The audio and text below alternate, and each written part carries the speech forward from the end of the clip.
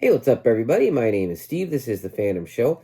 I apologize if I sound a little bit off in this video. I'm just getting over something, uh, something viral. I don't know if it was a mild flu or some kind of cold. I mean, there's all kinds of stuff going around right now, unfortunately, and whatever I've got gave me a little bit of congestion. I think I'm sounding okay, but if I do sound a little raggedy in this video, that would be why.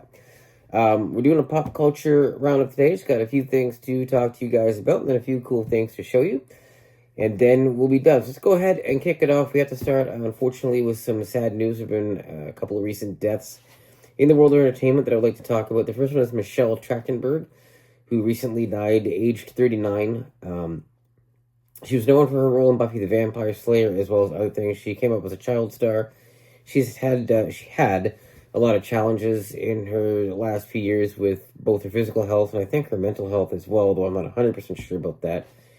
She had a liver transplant recently, which could have factored into her death. I don't know how many of you know about transplants, but they can be dicey things. Sometimes the body doesn't like a transplant, doesn't go very well. So, who knows exactly, but definitely our condolences to the family of Miss Trachtenberg because 39 is far too young to lose somebody. On the other side of the age coin, we lost legendary Gene Hackman at 95 years old, and boy, this was a sad story. For anybody who didn't know, they found his wife, and his dog all deceased in their home. And the first thought was, oh, there must have been a gas leak or something, but that's not what it was. What happened was his wife fell ill with something called the hantavirus and ended up dying. And after she died, there was nobody to care for him, and he has Alzheimer's and health issues, so he couldn't care for himself. So he passed away, and then the dog was stuck in the house with no access to water, so the dog ended up dying of dehydration. It's just really unfortunate way to go. I ended up being a caregiver for my mother-in-law for the last years of her life, and I know how taxing and exhausting that can be. And in fact, studies show that in a lot of cases, the caregiver will die ahead of the patient that they're giving care to. And part of that reason is because the caregiver is going to make sure the patient is looked after. A lot of times at the expense of their own needs. But in this case, again, his wife got sick and I guess was not able to recover. And then since she went, then he went, and now here we are. So not a great end for one of the most legendary actors the screen has ever known, but there's a lot of great Gene Hackman performances out there spanning years. Do check them out. And again, our condolences to the family of Hackman and his wife, who did a tremendous job of caring for him over the years. But that's it for bad news. So let's get into some fun stuff. A few more things going on. We got a trailer for Andor, Star Wars, Andor Season 2, and man, this looked good. Season 1 was great. I honestly think that Season 1 is some of the best Star Wars that Disney's put out. The trailer for Season 2 looks to be really good too. Obviously going for a little more action this season, which doesn't surprise me. The first season was a slow burn to get going. Once it got going, there was more action, but I do love what I see from this trailer for Season 2. Obviously, this plays into the film Rogue One, so I believe this is the last season of Andor, but the trailer looked like a whole lot of fun, and I am really excited because, I mean, we kind of saw what happened with The Acolyte. It's been sort of hit and miss with Disney and Star Wars lately, but I do think that they've got something really good here with Andor, so fingers crossed that Season 2 ends up as good as the first one. Now we need to move on to The Simpsons. If you can believe it, The Simpsons just did their 800th episode. Yeah, so this is March 2025. If you can believe it, I swear to you this is true. You can Google this. The Simpsons have been on TV since 1989. Okay, which by my math is what, 36 years now? Holy cow. 800 episodes. I really can't believe it's still even on TV. I haven't watched a new Simpsons episode like, I don't even know when.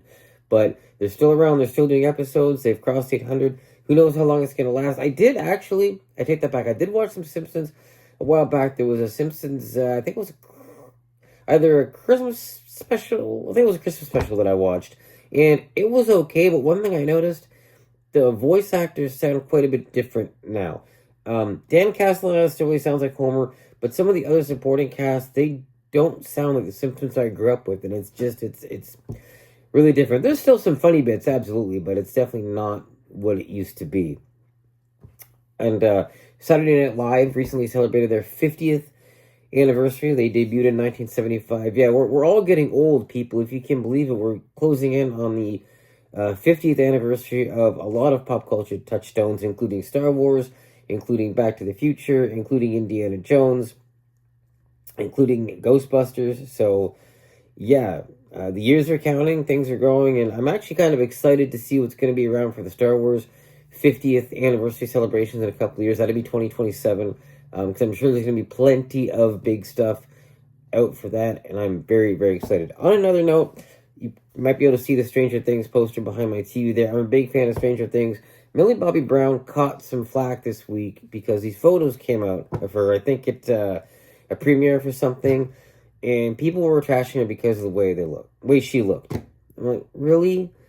Okay, like, this is what you're gonna pick on somebody about? It's dumb. It really is. But what I'm getting at here is, like, you can take a person, and depending on how you dress them and what the light level is and how their hair is done, etc., etc., etc., you can make them look a whole bunch of different ways. I mean, look at me. I'm a balding middle-aged guy with a gray beard, and I'm just wearing kind of regular clothes here. Well, let's say I shaved my head, made it nice and shiny, dyed my beard like bright red, and put on a fancy black suit, brand new black suit. I'd look a lot different, wouldn't I? Not necessarily older, very possibly younger, but you know, I'd still be chronologically the same age that I am right now doing this video. So why we're going after a 21 or 22-year-old, I think she is now, for something as silly as this is absolutely ridiculous. It never ceases to amaze me what some of the entertainment press will find to pick on. But, like, of all things, she's 21. Let her live her life, for crying out loud, man. It's completely ridiculous. I don't get it. Millie, you're great, and don't listen to the haters, please. So that was my wrap up there. Do a few things I want to show you guys. I built this little Lego Mars rover guy a few nights ago. I picked this up at Walmart actually on clearance just after Christmas, but I just thought, you know, cute little guy. A little harder to build than you might think. Looking at it, it's a small set, but these Technic sets have a bunch of little bits you got to get in the right spot to make everything work. So that was definitely a fun time putting that together. Also on the Lego front, I picked this up recently. Lego Big Bang Theory. I'm a huge Big Bang Theory fan, so picking this up made me very, very happy. I also got a light kit for it. I've never fiddled around with a light kit on a Lego set before, but I know a lot of people do that. So I'm going to be jumping into that soon, and I hope that it turns out really good because there are definitely a few other Lego sets that I'd like to pick up and hopefully rig up with light kits, namely the Ghostbusters Firehouse, and a couple other things I won't get into yet, but we'll see where that goes. And the other thing that I picked up, I'm very excited about this. I haven't even opened it yet. I've got the box here. This is, of course, it would be Ghostbuster stuff, right? This is Spangler's Neutrona Wand, okay? So I'm sure a lot of you watch this are like, what in the heck is a Neutrona Wand? Well, you might be able to tell from the picture, but the Ghostbusters use these proton pack thingies to fight ghosts. This is one that I have for one of the action figures. The things they wear on their back, proton packs to fight ghosts. The part that's basically the gun that they use to blast the proton streams, that's called a Neutrona Wand in Ghostbusters parlance. So this, Spangler's Neutrona Wand, is actually based on a particular version of the wand that appeared in the movie Ghostbusters Afterlife. You can also buy a replica proton pack that is compatible with this wand. Will I ever get that?